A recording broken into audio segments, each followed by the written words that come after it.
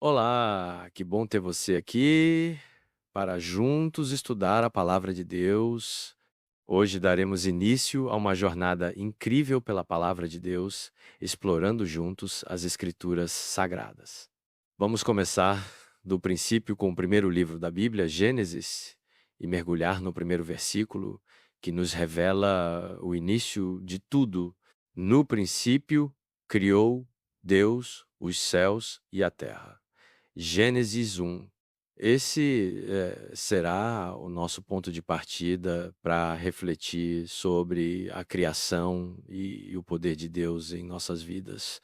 A criação do mundo, Gênesis 1. No princípio, criou Deus os céus e a terra. O versículo de abertura nos apresenta a grande verdade de que Deus é o criador de tudo. A expressão no princípio marca o início do tempo e da criação do universo.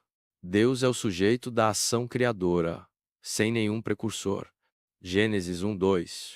E a terra era sem forma e vazia, e havia trevas sobre a face do abismo, e o Espírito de Deus se movia sobre a face das águas. A terra estava sem forma, indicando que ainda não havia estrutura ou organização. As trevas sobre o abismo mostram o caos primordial. O Espírito de Deus, no entanto, estava presente, indicando a ação divina para ordenar a criação.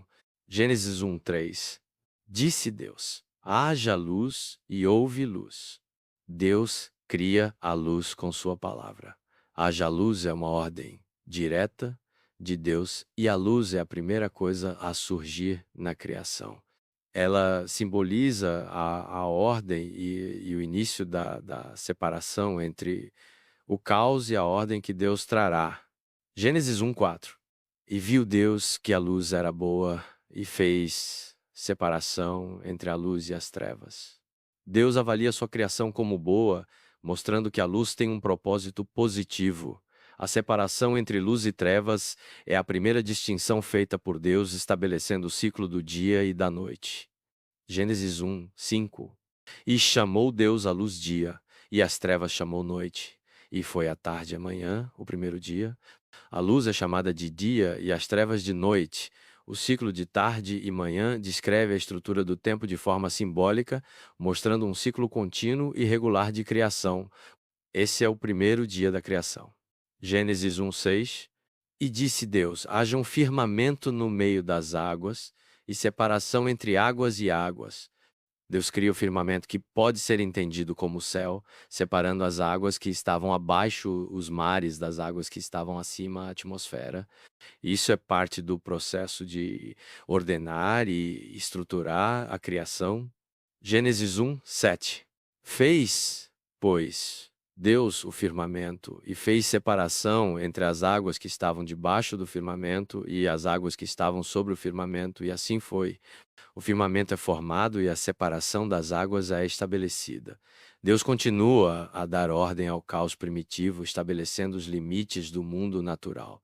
Gênesis 1:8. E chamou Deus ao firmamento céus. E foi a tarde e amanhã o segundo dia. Deus chama o firmamento de céus. O segundo dia completa uma nova etapa da criação, com a separação das águas e a criação do céu. O fato de não haver menção de boa aqui pode sugerir que o foco está na separação e no processo em si. Gênesis 1:9. E disse Deus: ajuntem-se as águas debaixo dos céus num lugar, e apareça a porção seca. E assim foi. Deus agora reúne as águas em um lugar específico, fazendo com que a terra seca apareça. A criação das terras e mares prepara o palco para a vida que será criada em seguida. Gênesis 1:10. E chamou Deus a porção seca à terra, e ao ajuntamento das águas chamou mares. E viu Deus que era bom. Deus nomeia a terra e os mares, dando identidade ao que foi criado. Ele observa que a criação está boa, pois tudo tem um propósito e está em harmonia. Gênesis 1:11. E disse Deus: produz a terra relva, ervas que deem semente, e árvores frutíferas que deem fruto segundo a sua espécie, cuja semente esteja nela sobre a terra. E assim foi. Deus ordena que a terra produza plantas e árvores frutíferas, cada uma segundo sua espécie. Isso reflete a ideia de ordem e reprodução, de acordo com a natureza que Deus estabeleceu. Gênesis 1, 12. E a terra produziu relva, ervas que davam semente segundo a sua espécie, e árvores que davam fruto, cuja semente estava nelas segundo a sua espécie. E viu Deus que era bom. A terra responde à ordem divina, produzindo plantas e árvores, e Deus confirma novamente que sua criação é boa. A criação vegetal é um reflexo da diversidade e beleza planejadas por Deus. Gênesis 1, 13. E foi à tarde e amanhã o terceiro dia. O terceiro dia marca a criação das plantas e a separação da terra e dos mares. É o dia em que a terra começa a se preparar para sustentar a vida. Gênesis 1, 14. E disse Deus: haja luminares no firmamento dos céus, para separar o dia da noite, e sejam eles para sinais, e para estações, e para dias e anos. Deus cria o sol, a lua e as estrelas para governar os ciclos do tempo, dia e noite, estações e anos. Esses luminares têm a função de marcar e medir o tempo. Gênesis 1, 15. E sejam eles para luminares no firmamento dos céus, para dar luz sobre a terra. E assim foi. Os luminares têm a função de iluminar a terra e estabelecer a ordem no ciclo diurno e noturno. A luz do sol e da lua são essenciais para a vida na terra. Gênesis 1, 16. E fez Deus os dois grandes luminares, né? O luminar maior para governar o dia e o luminar menor para governar a noite. Fez também as estrelas. Deus cria o sol e a lua, com o sol governando o dia e a lua governando a noite. Ele também cria as estrelas, que embelezam o céu e contribuem para o cumprimento da sua ordem no universo. Gênesis 1, 17. E os pôs no firmamento dos céus para dar luz sobre a terra. Deus coloca o sol, a lua e as estrelas no céu com a missão de iluminar a terra e continuar os ciclos estabelecidos. Gênesis 1, 18. E para governar o dia e a noite, e para fazer separação entre a luz e as trevas, e viu Deus que era bom. A criação dos luminares reflete a ordem e o controle de Deus sobre o tempo e a separação da luz e das trevas, um tema de estruturação e domínio da criação. Gênesis 1, 19. E foi a tarde e a manhã, o quarto dia. O quarto dia marca a criação dos luminares no céu. Mais uma vez, o ciclo de criação é fechado, com o fim de um período e o início de outro. Gênesis 1, 20. Disse Deus: produzam as águas seres viventes e voem as aves sobre a terra no firmamento dos céus. Deus ordena a criação dos animais marinhos e das aves. A criação da vida animal e das aves marca um avanço significativo na obra de Deus. Eles são feitos para habitar o céu e as águas, continuando a expansão da criação. Gênesis 1, 21. Criou, pois Deus, os grandes animais marinhos e todos os seres viventes que se movem, os quais as águas produziram segundo as suas espécies, e todas as aves segundo as suas espécies. E viu Deus que era bom. Deus cria uma variedade de criaturas, cada uma de acordo com sua espécie. Ele vê que tudo é bom e a criação está começando a ganhar diversidade e complexidade. Gênesis 1, 22. E Deus os abençoou, dizendo: sede fecundos, multiplicai-vos e enchei as águas dos mares, e nas aves se multipliquem sobre a terra. Deus abençoa os seres criados, mandando-os multiplicar-se. A ordem para a multiplicação é dada para assegurar a continuidade da vida e do equilíbrio no universo criado. Gênesis 1, 23. E foi a tarde e amanhã o quinto dia.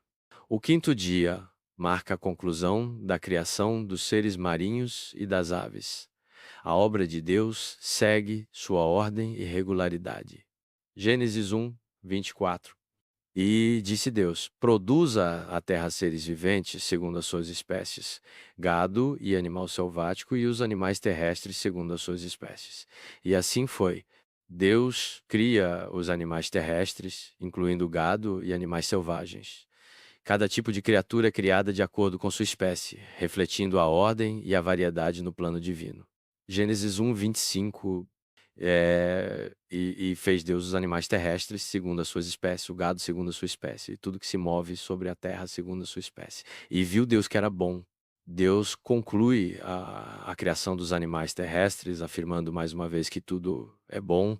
Ele organiza a criação para que cada ser tenha seu próprio lugar e função no ecossistema.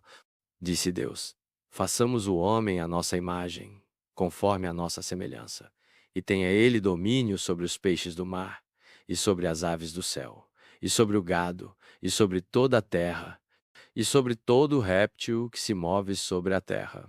Deus decide criar o homem à sua imagem e semelhança, conferindo-lhe domínio sobre a criação.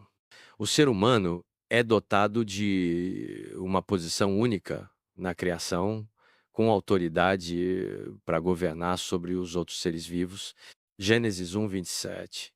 E criou Deus o homem à sua imagem. A imagem de Deus o criou, homem e mulher os criou. Deus cria o homem e a mulher à sua imagem, refletindo sua natureza e caráter. A criação do ser humano, tanto homem quanto mulher, é um ato especial, marcando a culminância da obra criativa de Deus. Gênesis 1, 28. E Deus os abençoou e lhes disse: sede fecundos, multiplicai-vos e enchei a terra e sujeitai-a.